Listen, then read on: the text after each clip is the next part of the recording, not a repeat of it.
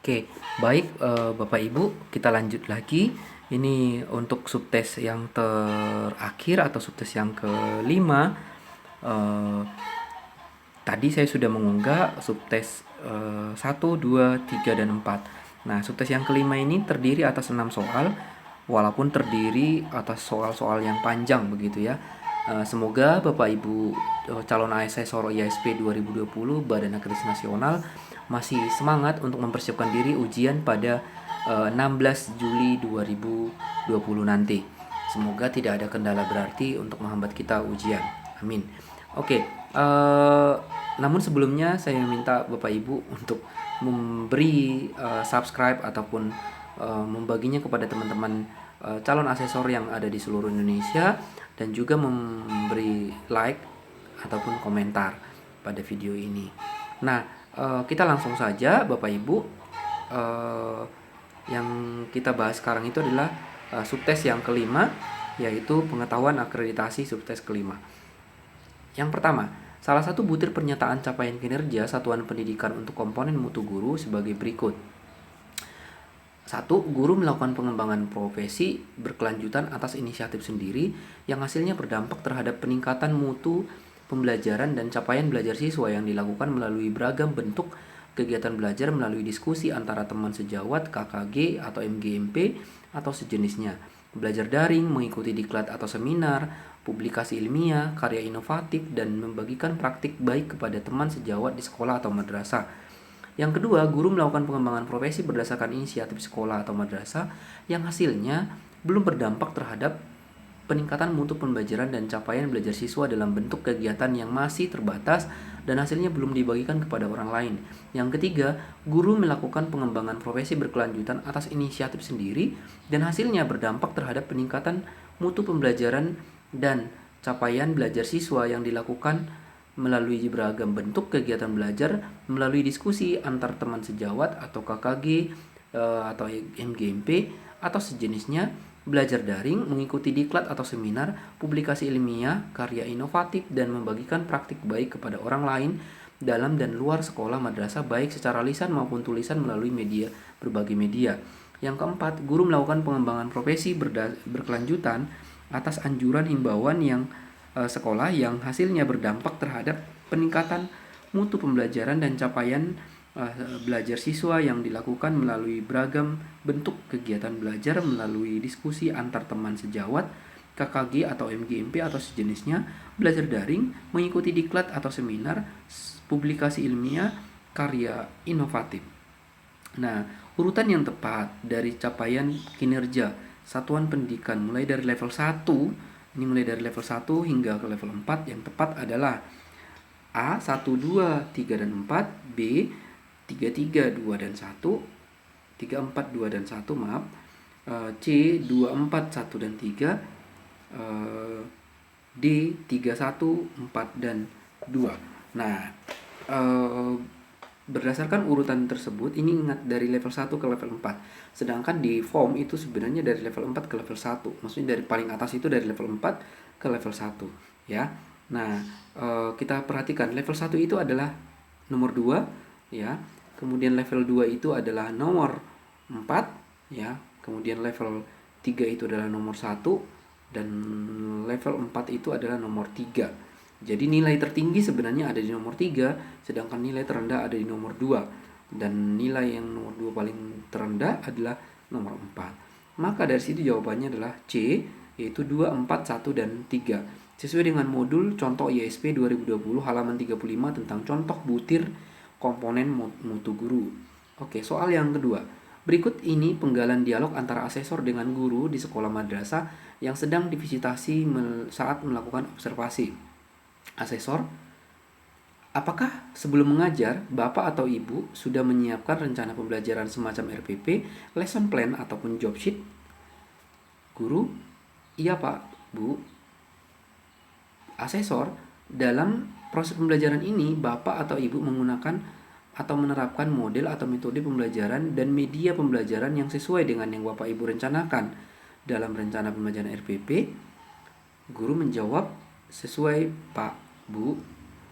Asesor, Tadi saya lihat Bapak Ibu terkesan tergesa-gesa dalam mengajar, sampai lupa menerapkan metode yang sudah Bapak Ibu tulis di RPP.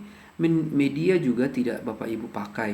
Ini apakah karena kurang waktu atau memang apakah Bapak Ibu terbiasa mengajar tanpa pedoman pada RPP dan RPP hanya Bapak Ibu anggap syarat administrasi saja?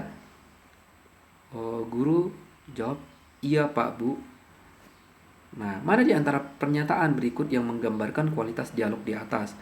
A. Pernyataan asesor belum menggali informasi yang diperlukan. B. Jawaban guru sudah sesuai dengan pertanyaan yang diajukan asesor.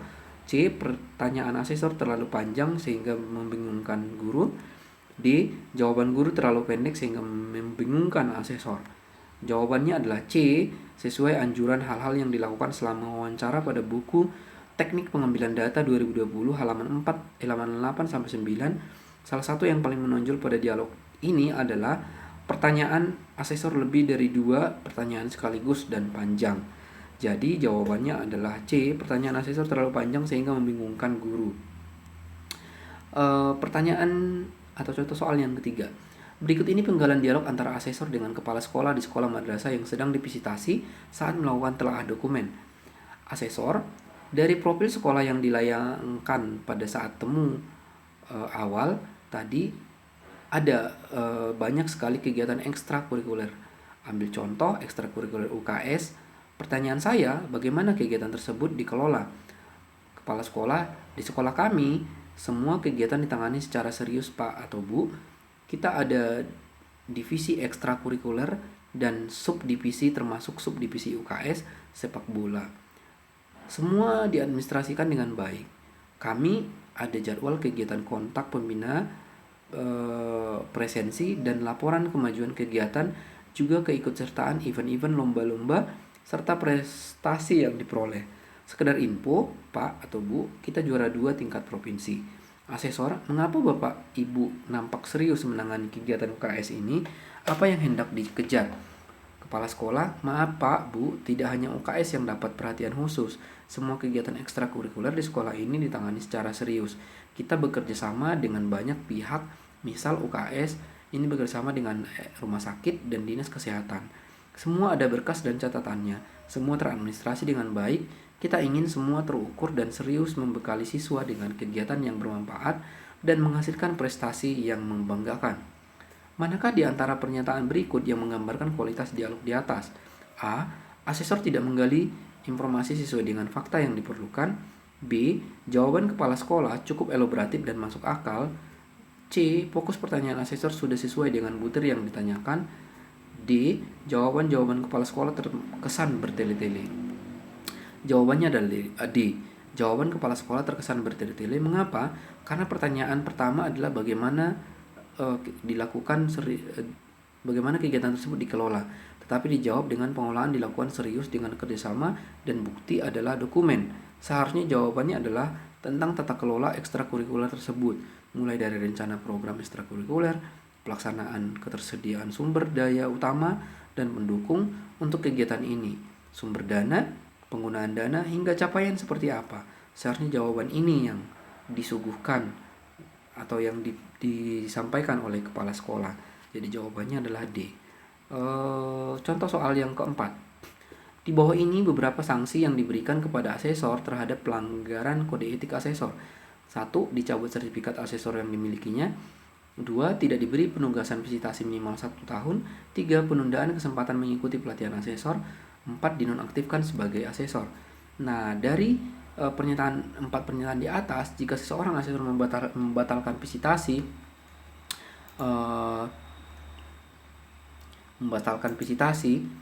tanpa adanya pemberitahuan kepada sekolah atau madrasah yang hendak divisitasi, maka asesor tersebut akan mendapatkan sanksi yang tepat atas kasus pelanggaran kode etik asesor di atas adalah A 2 dan 3, B 3 dan 4, C 1 dan 4, D 1 dan 2. Nah, jawabannya adalah A, sesuai dengan sanksi kepada asesor yang tertulis pada buku Pedoman Akreditasi Sekolah Madrasah tahun 2020 halaman 75, tentang pelanggaran sedang dan sanksinya.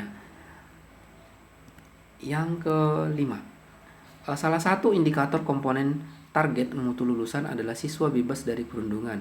Dari 4 kasus di sekolah madrasah saat divisitasi oleh asesor, sekolah mana yang paling berhasil mencegah terjadinya perundungan? A. Ketika asesor datang ke sekolah madrasah. B. Sedang ada upacara. Saat memberikan arahan dengan kalimat yang bagus, kepala sekolah meminta siswa tidak melakukan perundungan.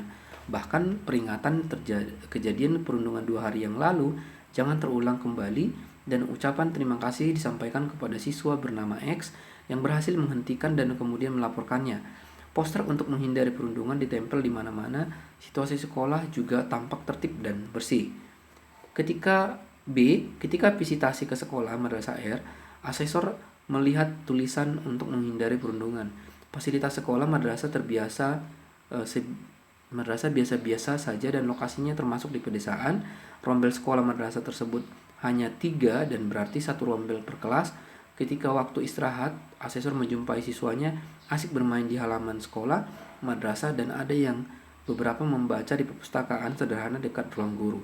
Waktu melakukan FGD dengan para guru didapat informasi bahwa sekolah madrasah bekerjasama dengan tokoh masyarakat setempat untuk menanamkan adat istiadat daerah saling menghormati sesama.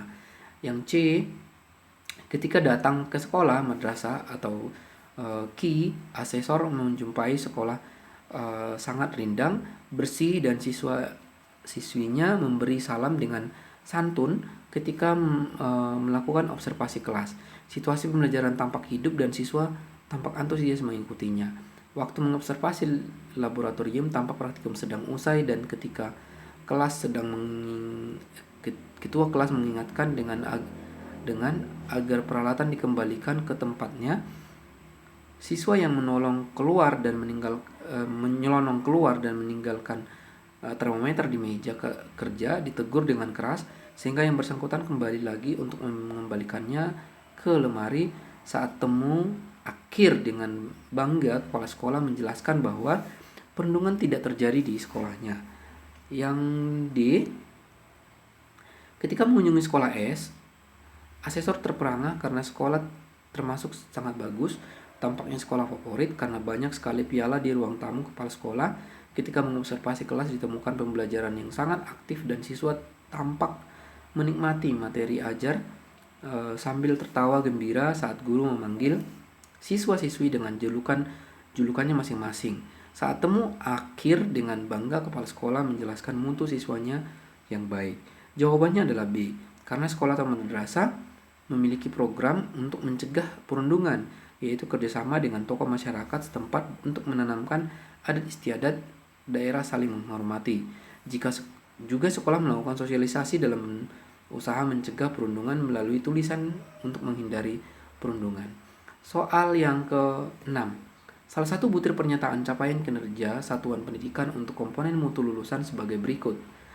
Siswa menunjukkan perilaku kerja keras, tangguh, dan bertanggung jawab yang membudaya dalam aktivitas sehari-hari di sekolah madrasah. Siswa menunjukkan perilaku kerja keras, tangguh, dan bertanggung jawab dalam pembelajaran di kelas. Siswa menunjukkan perilaku kerja keras, tangguh, dan bertanggung jawab dalam pembelajaran di kelas namun belum konsisten. 4. Siswa belum menunjukkan perilaku kerja keras, tangguh, dan bertanggung jawab. Urutan yang tepat dari capaian kinerja mutu lulusan satuan pendidikan mulai dari level 1 ke level 4 yang tepat adalah 2A, 2, 4, 1, dan 3, C, 1, 2, 3, dan 4, D, 3, 1, 4, dan 2, dan D, 4, 3, 2, dan 1. Nah, level 1 itu adalah 4, pernyataan keempat, level 2 itu adalah pernyataan 3, dan level 3 itu adalah pernyataan 2, dan level 1 itu adalah level 4 itu adalah pernyataan 1. Maka jawabannya adalah D, sesuai dengan yang tertera pada buku modul contoh ISP 2020 pada halaman 25 tentang contoh butir komponen mutu lulusan. Jadi urutannya dari level 1 ke level 4 adalah 4, 3, 2, dan 1. Oke, saya kira itu Bapak Ibu calon asesor. Semoga dengan suplemen materi ini Bapak Ibu dapat belajar mempersiapkan diri dan juga nanti harapannya bisa lulus untuk bisa mengikuti diklat. Sekian dan terima kasih Bapak Ibu. Semoga bermanfaat. Sampai jumpa pada video selanjutnya.